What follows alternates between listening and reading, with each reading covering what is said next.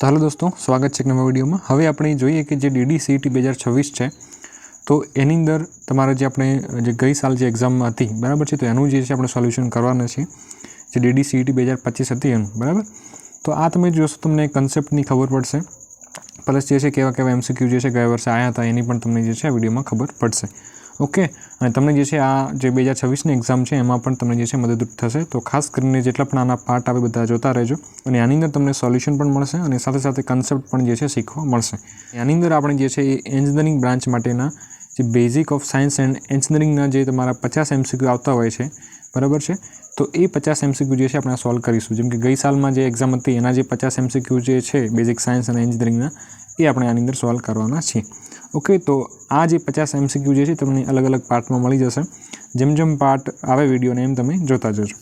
तो हवे जे छे आपणे शरू करीए अने एना पहेला जे पण धारो के स्टुडंट्स ने DDCET एक्जाम 2026 माटेनुं फॉर्म भरवानुं बाकी होय तो ए लोको आ नंबर पर मेसेज अहींया करी शके छे। तो अमे पण तमने जे छे तमारुं फॉर्म भरीने आपी दईशुं अने जल्दीथी तमे आ फॉर्म जे छे भरी देजो। ओके हवे आपणे जे छे क्वेश्चन्स जे छे चालू करीए। हवे अहींया जे पहेलो ज क्वेश्चन छे के CaCO3 एने जो तमे हीट आपो छो तो एमांथी ए CaO एटले केल्शियम ऑक्साइड प्लस CO2 एटले के कार्बन डाइऑक्साइड गैस जे छे बने छे। तो which kind of reaction is this? तो आ जे छे कया टाइपनी रिएक्शन छे? तो आ जे तमने अहींया जे रिएक्शन आपी छे ए केवा टाइपनी छे? ओके के अहींया जे छे आ एक सब्सटन्स छे CaCO3 बराबर। एने तमे जो हीट आपो छो तो एना बे टुकड़ा थाय छे, मतलब के बे भागमां रूपांतरित थाय छे। ओके एटले के CaO अने CO2। तो मतलब एकमांथी बे वस्तु बने छे तो एने आपणे शुं कहीशुं? एने डिकम्पोजिशन कहीशुं। परंतु आनी अंदर जे छे ए सेनाथी थयुं छे तो के हीटथी थयुं छे, माटे आपणे एने शुं कहीशुं? Thermal decomposition reaction. ओके तो आवी जे छे अलग अलग रिएक्शन आवे तो अहींया जे छे एनो राइट आंसर शुं थशे? तो के थर्मल डिकम्पोजिशन रिएक्शन। ओके हवे अलग अलग जे छे ए टाइप्स ऑफ केमिकल रिएक्शन्स छे जेना विषे आपणे जोईए। अहींया रिएक्शन जोईए के भाई अलग अलग जे केमिकल रिएक्शन्स आवे छे तो एना अलग अलग प्रकार छे। तो पहेलो जे प्रकार छे ए छे कॉम्बिनेशन रिएक्शन। कॉम्बिनेशन रिएक्शन मतलब कि जेम के A प्लस B जे छे अलग अलग पदार्थ भेगा थईने A बी वस्तु बनावे छे तो एवी टाइपनी जे रिएक्शन छे तेने आपणे कहीशुं कॉम्बिनेशन रिएक्शन। जेनो एक्जाम्पल छे बर्निंग ऑफ कोल एटले कि जे कोळसानुं जे छे बळવું। जेम के एमां शुं होय छे कार्बन प्लस एमां ऑक्सिजन जोड़ाय छे बराबर। तो एमांथी आपणे शुं मळे छे CO2 बराबर छे, कार्बन डाइऑक्साइड गैस जे छे मळतो होय छे। तो C प्लस O2 बने भेगा थईने CO2 बनाव्युं छे तो आ केवुं थयुं छे? मतलब कम्बाइन थयुं छे तो एने कहीशुं कॉम्बिनेशन रिएक्शन। ओके एना पछी फॉर्मेशन ऑफ वॉटर। जेम के एमां शुं होय छे तो के हाइड्रोजन प्लस जे छे ऑक्सिजन बने जोड़ाईने H2O बनावे छे बराबर। तो आ पण जे छे कॉम्बिनेशन रिएक्शन छे। तो ए रीतनी तमने जे छे अहींया मैं अलग अलग एक्जाम्पल जे छे आपेला छे तो आ तमारे याद राखवाना छे। तो एक थई गई आपणी कॉम्बिनेशन रिएक्शन। तमे आना जे बीजा एक्जाम्पल बधा छे ए पण तमारे अहींया याद राखवाना छे।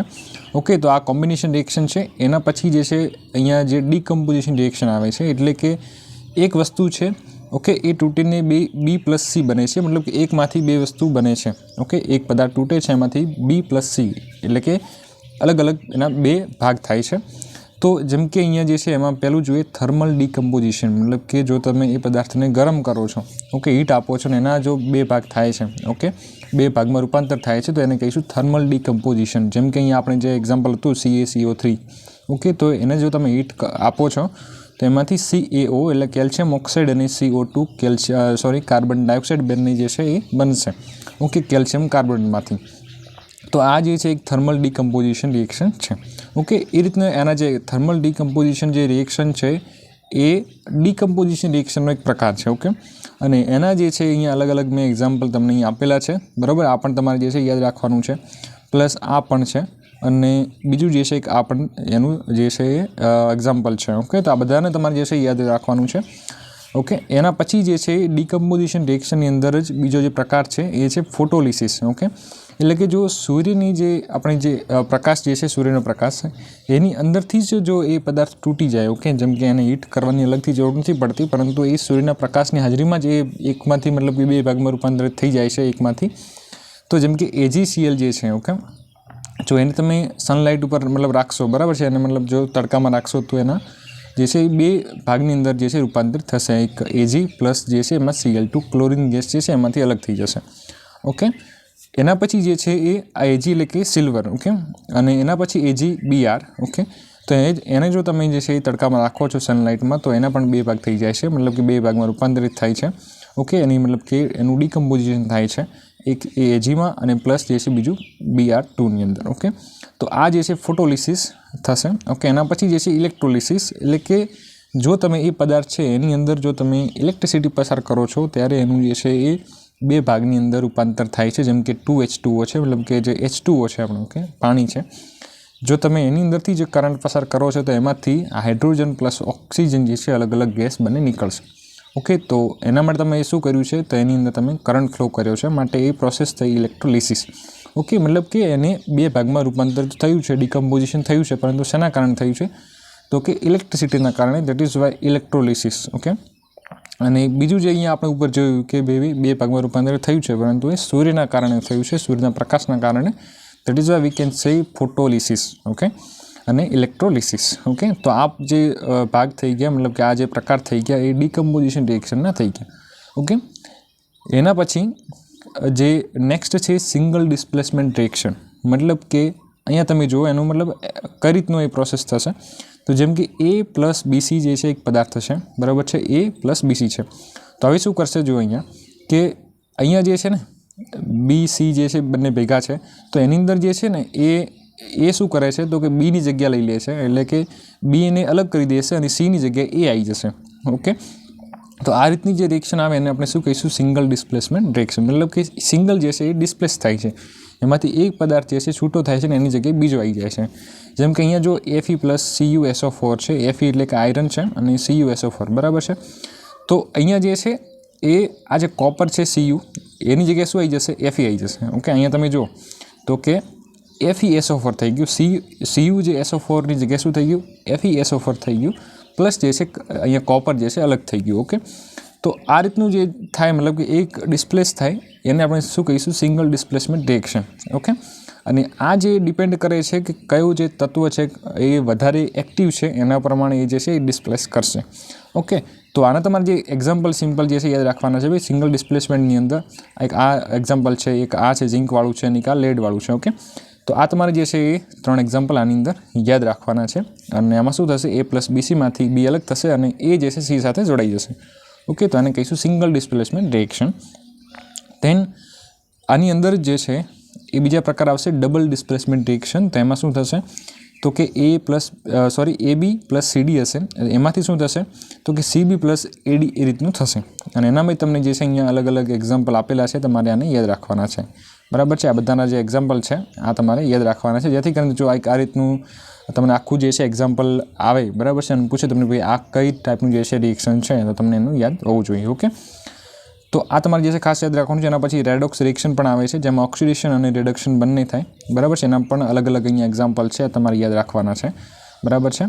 જો કોઈ પણ જે છે એ સીધે સીધું જો આવી જાય, ઓકે, આખું રિએક્શન જે છે તમને જો એક્ઝામમાં પૂછવામાં આવે ભાઈ આ કયા ટાઈપની રિએક્શન છે, તો તમે રેડોક્સ રિએક્શન એમાં આન્સર કરી શકો છો. ઓકે, તો આ તમારે યાદ રાખવાનું છે. એના પછીનું જે નેક્સ્ટ ક્વેશ્ચન જોઈએ કે ભાઈ what is the formula of lead sulphate. Lead સલ્ફેટનું જે રાસાયણિક જે છે એનું ફોર્મ્યુલા શું છે, તો એનું જે રાસાયણિક ફોર્મ્યુલા હશે PbSO4 છે. શું છે, PbSO4, અને લેડ સલ્ફેટ જે છે તમને આ રીતનું જે છે દેખાય છે. ઓકે, તો એ PbSO4 એનું જે રાઇટ આન્સર થશે. એના પછી નેક્સ્ટ ક્વેશ્ચન છે ભાઈ which is the balance equation of, જે અહીંયા તમને જે છે કેમિકલ ઇક્વેશન આપી છે, આનું બેલેન્સ જે છે ઇક્વેશન કયું છે. બેલેન્સ મતલબ કે અહીંયા જેટલું જે છે પદાર્થની માત્રા છે એટલી જ એમાં સામે આવવી જોઈએ, મતલબ કે એકમાંથી બીજામાં કન્વર્ટ થાય છે તો જેટલું પહેલાં હતું એટલું જ જે છે બીજું હોવું જોઈએ. તો આને કઈ રીતના બેલેન્સ કરવાની છે, તો કે સિમ્પલ એની અંદર તમારે શું કરવાનું છે, અહીંયા જો કે ભાઈ જેટલું અહીંયા છે એટલું જ સામે હોવું જોઈએ. જેમ કે આપણે ઓપ્શન A ને ચેક કરી કે એમાં એટલું છે કે નહીં.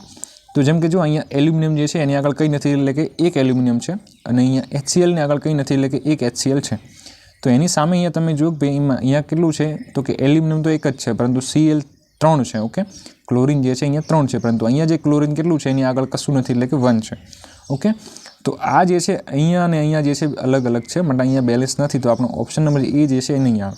ઓકે, નેક્સ્ટ આપણે જે છે એ C ચેક કરીએ. ઓકે, તો જેમ કે અહીંયા જુઓ આગળ 2 એલ્યુમિનિયમ છે. ઓકે, એલ્યુમિનિયમ કેટલા છે, 2, અને એની સામે અહીંયા જુઓ આ જે એરો છે એની આ બાજુ જમણી બાજુ, તો કે અહીંયા જે એલ્યુમિનિયમ કેટલા છે, 2 છે. ઓકે, અહીંયા તો બેલેન્સ છે ભાઈ, અહીંયા આ બાજુ પણ 2 એલ્યુમિનિયમ છે, અહીંયા પણ 2 એલ્યુમિનિયમ છે, પણ અહીંયા તમે જો ભાઈ 3 HCl છે, એટલે જો અહીંયા 3 છે ને એ H ના પણ ગણાય. ઓકે, એટલે કે હાઇડ્રોજનના પણ ગણાય, અને Cl જે એટલે કે ક્લોરિનના પણ અહીંયા 3 ગણાશે, બરાબર છે. એનો મતલબ એવું નથી ખાલી 3 જે છે હાઇડ્રોજન જ છે, એવું નહીં. 3 HCl એટલે કે 3 જે છે હાઇડ્રોજન પણ છે અને ક્લોરીનના પણ 3 છે. તો અહીંયા તમે જો અહીંયા 2 એલ્યુમિનિયમ છે, અહીંયા પણ 2 એલ્યુમિનિયમ છે. અહીંયા કેટલા છે? ક્લોરીનના 3 છે, તો અહીંયા પણ ક્લોરીનના કેટલા છે? અહીંયા 3 Cl 3 છે નીચે. પણ એ 3 શું કરે? અહીંયા 3 ને આગળ જે 2 છે ને એ પણ 2 પણ એના ગણે, એટલે 3 દુ 6 થઈ જાય. પરંતુ અહીંયા જે છે ક્લોરીન 6 છે, પરંતુ અહીંયા કેટલા છે? ક્લોરીન 3 છે. માટે આ પણ જે છે બેલેન્સ નથી. બી જોઈએ તો કે બીની અંદર અહીંયા જો 2 એલ્યુમિનિયમ છે, અહીંયા પણ 2 એલ્યુમિનિયમ છે. ઓકે, અહીંયા કેટલા છે? 6 હાઇડ્રોજન છે. તો અહીંયા તમે 6 હાઇડ્રોજન છે કે નહીં? અહીંયા જો 3H2 છે, 3 દુ 6 એટલે કે 6 અહીંયા હાઇડ્રોજન ઓકે છે. અહીંયા મતલબ આ બેલેન્સ છે. પછી Cl તો કે અહીંયા ક્લોરીન જે છે એની આગળ 6 છે. ઓકે, HCl ની આગળ જે 6 છે એ ક્લોરીનના પણ 6 કહેવાય. ઓકે, તો 6 HCl છે એટલે કે 6 ક્લોરીન છે. તો અહીંયા પણ જો ક્લોરીનની Cl 3 હતું ને એ 3 આગળ જે 2 છે એની સાથે મલ્ટીપ્લાય થશે 3 દુ 6 એટલે ક્લોરીન પણ આપણું 6 છે. માટે આપણો રાઈટ આન્સર થશે ઓપ્શન નંબર બી. તો આના માટેનું જે છે આપણો right answer option number B થશે. ઓકે, તો આ રીતના તમે જે છે સિમ્પલ એને ચેક કરી શકો છો. એના પછી નેક્સ્ટ ક્વેશ્ચન જોઈએ તો which main product is obtained by reaction of sodium hydroxide with zinc metal. Okay, જે સોડિયમ હાઇડ્રોક્સાઇડ છે એની પ્રોસેસ જો તમે ઝિંક સાથે કરો છો તો એમાં તમને શું મળશે? ઓકે, તો અહીંયા તમે જો મેં એની આખી રિએક્શન તમને અહીંયા આપેલી છે, બરાબર છે. આ તમને ક્વેશ્ચનમાં નહીં આપેલી હોય, પરંતુ મેં તમને અહીંયા એનું સોલ્યુશન માટે આપી છે. તો એમાંથી તમે આની જો પ્રોસેસ કરાવો છો એમાંથી શું મળે છે? તો કે એની અંદરથી આપણને 2 વસ્તુ મળે છે. એક છે Na2ZnO2 પ્લસ બીજું જે છે હાઇડ્રોજન ગેસ મળશે. તો અહીંયા આપણને શું મળે છે? ઓપ્શનમાં શું આપ્યું છે? તો આ જે આપ્યું છે એટલે કે આમાંથી Na2ZnO2 જે છે આપણો રાઈટ આન્સર થશે. તો આમાંથી કઈ જગ્યાએ જે છે Na2ZnO2 છે? તો કે આપણો ઓપ્શન નંબર સી છે. જો અહીંયા ખાસ એને યાદ રાખવાનું છે, કેમ કે આ જો બધા જે છે એકદમ નિયરમાં આન્સર છે. ઓકે, જેમ કે જો તમને એક્ઝેક્ટ યાદ ન હોત તો તમે આમાં કન્ફ્યુઝ થઈ શકો છો. માટે તમારે આને એક્ઝેક્ટ યાદ રાખવાનું છે કે ભાઈ આપણે આન્સર જે છે એ Na2ZnO2 આપણો રાઈટ આન્સર થશે. એના પછી નેક્સ્ટ ક્વેશ્ચન છે which type of oxide is called basic oxide. મતલબ કયા જે ઓક્સાઇડ જે છે એને બેઝિક ઓક્સાઇડ કહેવામાં આવે છે. બેઝિક ઓક્સાઇડનો મતલબ છે કે જેમની pH જે છે એ 7થી લઈને 14 સુધીમાં હોય. જેમ કે pHની રેન્જ કેટલી હોય? 0થી લઈને 14. એમાંથી 0 થી 7 ને આપણે શું કહીએ? એસિડિક. 7થી 14 હોય તો બેઝિક કહેવાય. એક્ઝેક્ટ 7 છે તો આપણે એને શું કહીશું? તટસ્થ. ઓકે, તો જે oxide is called basic oxide, મતલબ બેઝિક ઓક્સાઇડ એટલે કે જેમની pH 7થી લઈને 14 હશે. તો કયા જે ઓક્સાઇડ છે જેમની pH જે છે આટલી રેન્જમાં હોય છે, મતલબ 7થી 14 વચ્ચે હોય છે, તો એમાં જે જનરલી જે મેટાલિક ઓક્સાઇડ જે હોય છે એ જે છે એ એમનું નેચર કેવું હોય છે? બેઝિક હોય છે. ઓકે, એટલે કે એમની રેન્જ જે છે pH રેન્જ એ 7થી લઈને 14 હોય છે. તો અહીંયા એટલે કે metallic oxide are generally basic in nature and because they react with acid to form salt and water, they can also react with water to form metal hydroxides which are alkaline solution that release hydroxide ions in a solution. Metallic જે oxide છે એમનું જે nature છે એ basic હોય છે. Okay, તો આપણો right answer શું થશે? મેટાલિક ઓક્સાઇડ બી. ઓકે, નેક્સ્ટ ક્વેશ્ચન જોઈએ કે which of the following is known as a milk of magnesia. તો અહીંયાથી મતલબ શેને જે છે આપણે મિલ્ક ઓફ મેગ્નેશિયા તરીકે ઓળખીએ છીએ. તો magnesium hydroxide with chemical formula MgOH2 is commonly known as a milk of magnesia. Okay, તો અહીંયા જે છે આપણો રાઈટ આન્સર શું થશે? MgOH2. શું થશે? MgOH2. ઓકે, તો એ જે છે આપણે મિલ્ક ઓફ મેગ્નેશિયા તરીકે આપણે ઓળખવામાં આવે છે. નેક્સ્ટ ક્વેશ્ચન છે ભાઈ which of the following is the chemical formula of bleaching powder.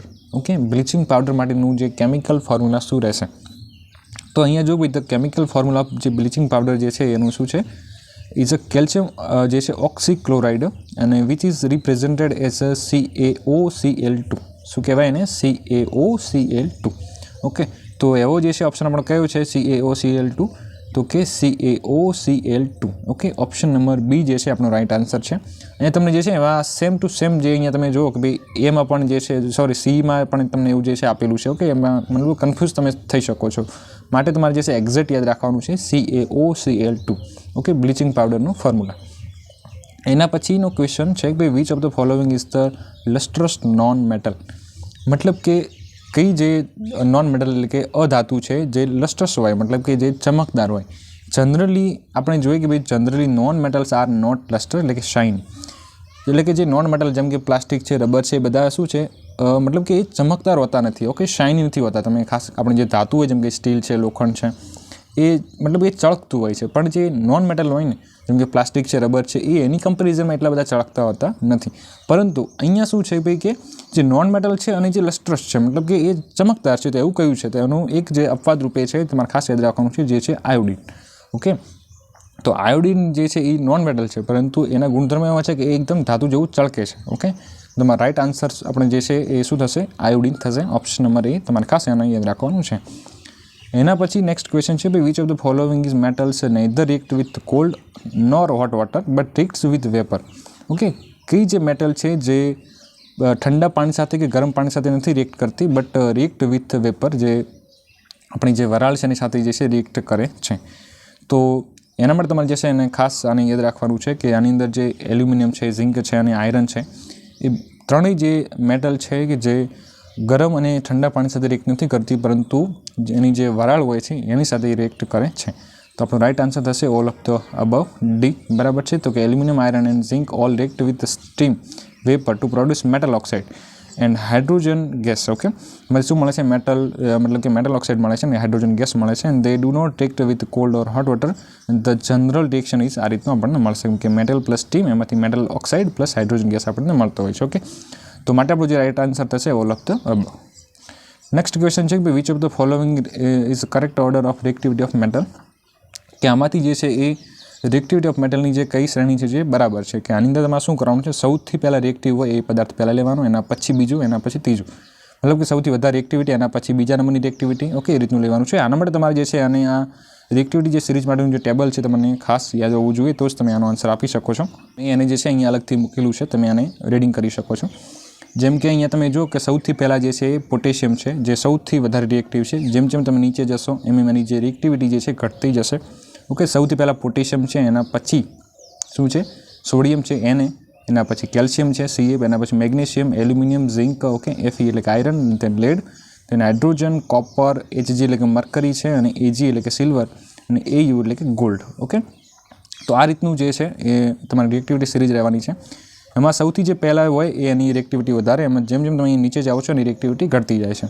તો અહીંયા તમે જુઓ કે ભાઈ સૌથી પહેલાં શેની છે? મેગ્નેશિયમની છે. ઓકે, તો આની અંદર જે છે ભાઈ મેગ્નેશિયમ, તો આમાં પણ તમે જો ભાઈ મેગ્નેશિયમ છે. ઓકે, એના પછી તો કે એલ્યુમિનિયમની આવે, તો કે એલ્યુમિનિયમ એના પછી છે, તો કે બરાબર છે. એના પછી ઝિંક છે, તો એલ્યુમિનિયમ પછી ઝિંક આવે છે. બરાબર છે. અને Fe જે છે એ Zn પછી Fe આવે છે. તો માટે આપણે જે ઓપ્શન નંબર એ જે છે એ રાઇટ થશે.